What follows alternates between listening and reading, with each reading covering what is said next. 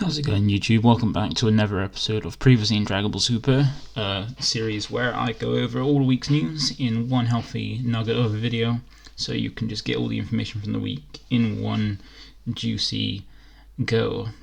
So we haven't had an episode for a few weeks because in the past few weeks since the last of the reveals came about, we got the secret rares. There's been nothing really major to go over in this series for the last few weeks, but this week we got and also sorry for this being a bit late as I was quite busy this weekend, we got Bandai dropped the ban list for when set 13 drops. So we're gonna go over that and basically talk about what the cards. It was only one to each thing, so one ban, one errata, and one limit.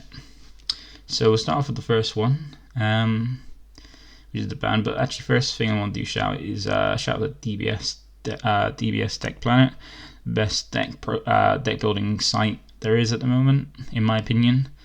Go check it out. The description will be in the link to it will be below, and as well, once again, if you want to join in on my Discord, there's a link down below to access it, to join in the conversation, and yeah, just join in some banter and some help and stuff. And lastly, if you want to check out posts from me, you can also join my Facebook page as well, which is also a link down below as well. And lastly, if you're interested in cube drafting in Dragon Ball Super and want to give it a try either online or in real life, feel free to join the Dragon Ball Super cube drafting in Dragon Ball Super group that's dedicated to cube drafting in the game. Up on it, I have put up my Excel spreadsheet list of a cube draft, which I will be putting up the updated version for when, including the set 13 stuff.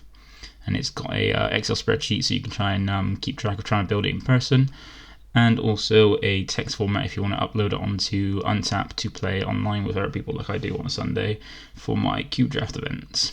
So getting into it, first card we have banned is one that a lot of people wanted hit because people don't like to see green do have nice things, and that is Master Roshi got banned. So a lot of people are jumping in with the whole green isn't doing anything, so why hit green? Green's not topping anything. Well, it's true that green isn't really topping outside of, say, things like Turtles, and I can't think of and like Reboot Gohan. The Reboot Gohan really isn't a green deck. It's more of like a oppressively aggro deck that, in my opinion, should be banned, like in best of 3 as well as best of 1. And best of 1 is banned because it's just oppressive in that format, but I feel like it should be is too oppressive of an aggro deck. Like it's fair enough to have aggro, but that kind of aggro is just horrible for to play against, and even just like a bit brainless to play as well. But yeah, so with this ban, so with the commitment to set 13, Bandai decided to ban the Roshi, and the reason for that is because it lets green decks reuse extra cards, like at the moment we're like recycling dormant potential and bigger more, and that gives green decks oppressively strong defensive return. While they don't gain much advantage, they still have really good limiting your opponent down to 2 attacks, which if you can block the first one, even to get the second one, that's it, that's done. The only card better than it is Baby Hatch. So that's a secret rare, that's a bit to 1 per deck, and once you use it, you can't reuse it unless you want to use some pretty like horrible text to try and loop it.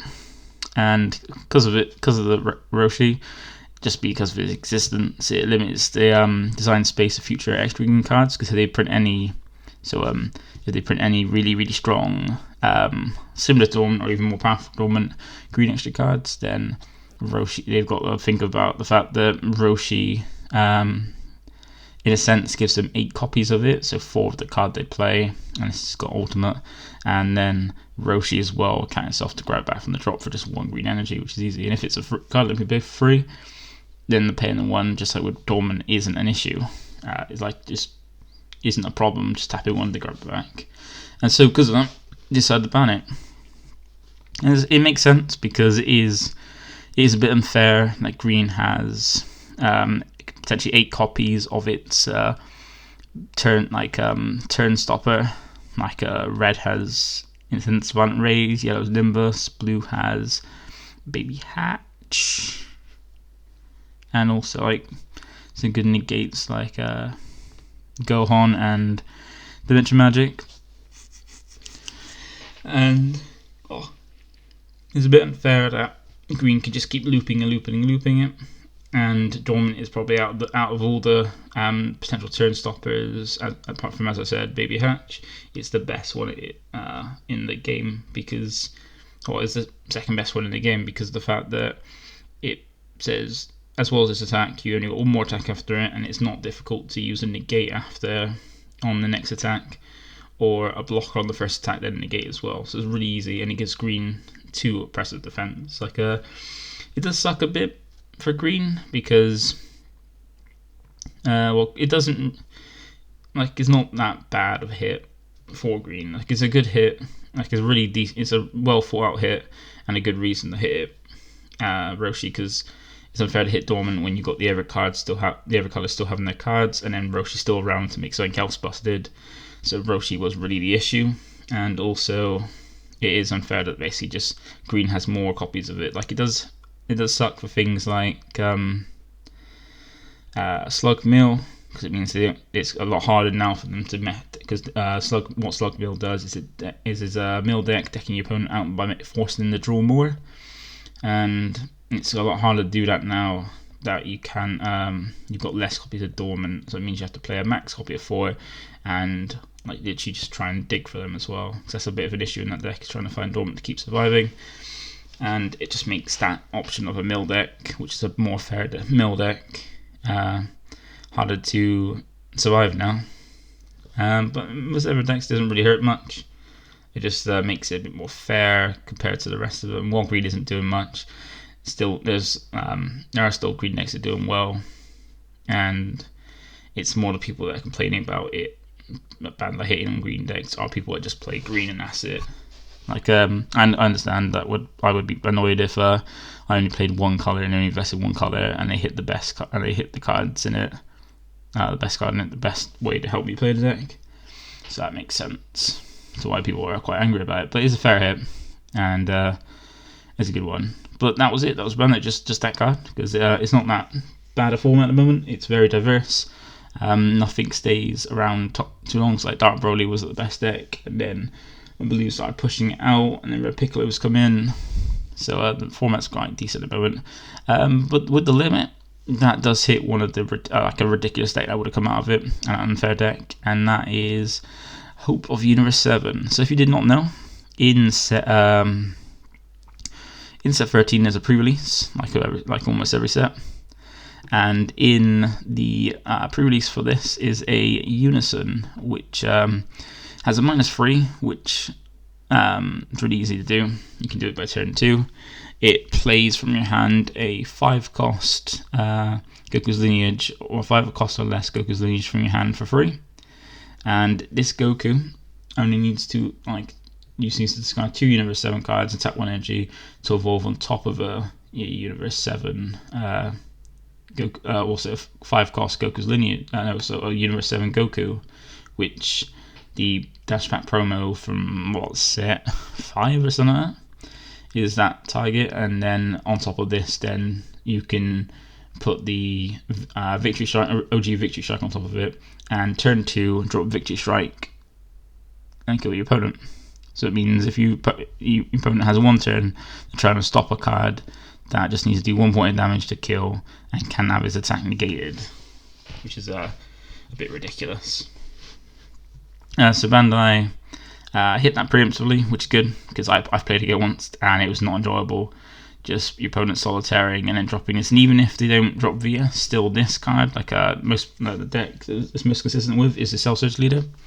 And even though this card has the triple attack, critical, and an auto of 1 hit attacks, which is 3 times a turn, you can either choose a card on your opponent's board, a battle card on your opponent's board and set to a drop, or a card in the hand and set to a drop. So in a turn, you're creating 3 life and dropping 3 cards from the hand. Where they swing, if you can't deal with it, they do it again next turn. It's just so oppressive. Splitting this to 1 means it's harder to do it, and the reason they put it is because it's just the existence of it limits the amount of Universe 7 Goku cards with Jaws of 5 or more. But it's more like why they did say that. That's the reason why they've limited it. It's more to help prevent that turn 2 drop this because with Self Search it makes it a lot easier to do, because you can look at the top 5 for your first 2 turns to try and dig for it, and it's very easy. And with Self Search you can awaken at any point, untap 2 and draw 2, and it's very easy to get these 3 markers on that unison because it's a specific cost of 1 and just needs 3. So all you need to do is play out a swap target on your first turn, then play it turn 2 for 2, swap out, they give it a marker, or just have 2 copies, one to tap 2 with and then put never on it, so it's got 3. So it's really easy to pull off. And also Cell's got the 9-drop dual color 1 from set, I think it's set 10 or something like that. That allows it to take a life and draw 1 by removing the drops. You look at top 5 for something, ditch that instead, and get another 2 cards to dig for it further.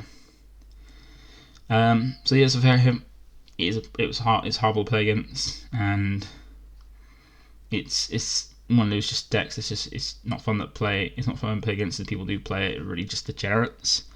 Try to just make it unfun as much as possible for your opponent, and it's a really good thing that was put to 1. So it's still possible, but it's a lot harder to do it, which means it'd be probably hopefully less played. And lastly, the last thing in the Errata was the Toa super combo from the next set, and the only thing in that it was adding was the auto in front of Sparking, as you can see on the card. It just says Sparking 5, it doesn't have the auto blue keyword box in front of it. So the Errata is just to put that in there, just to let you know it is an auto. So because once again Bandai, they didn't properly quality check the cards, so they missed out on that, and then errated to say yeah that does have to have auto there, otherwise it wouldn't activate, because it doesn't have the keyword to say when it activates. It's not main auto, but it is an auto. And that's it for this week. So I was a bit late, as I said, so I was a bit late, been a bit busy. Let's play the finals of the Rising Phoenix Odyssey YouTuber Championship Tournament Finals, which video will be up hopefully tomorrow or some point this week. I'm going to do commentary on that to go over it. And yeah, so apart from that, feel free to like, comment, subscribe, because subscribing keeps you updated with all my videos as and when I drop them. A like, it lets you know that you're enjoying this series, and that's helpful. And any comments you put down below help me improve, either if it's like a comment to say something I got wrong, something I say didn't cover properly, or something that you're unsure of, I can answer it there, or do a video to cover it. Thanks for watching. This one has been a short one because there's only 3 things really, and I'll see you in the next video. Thank you and bye.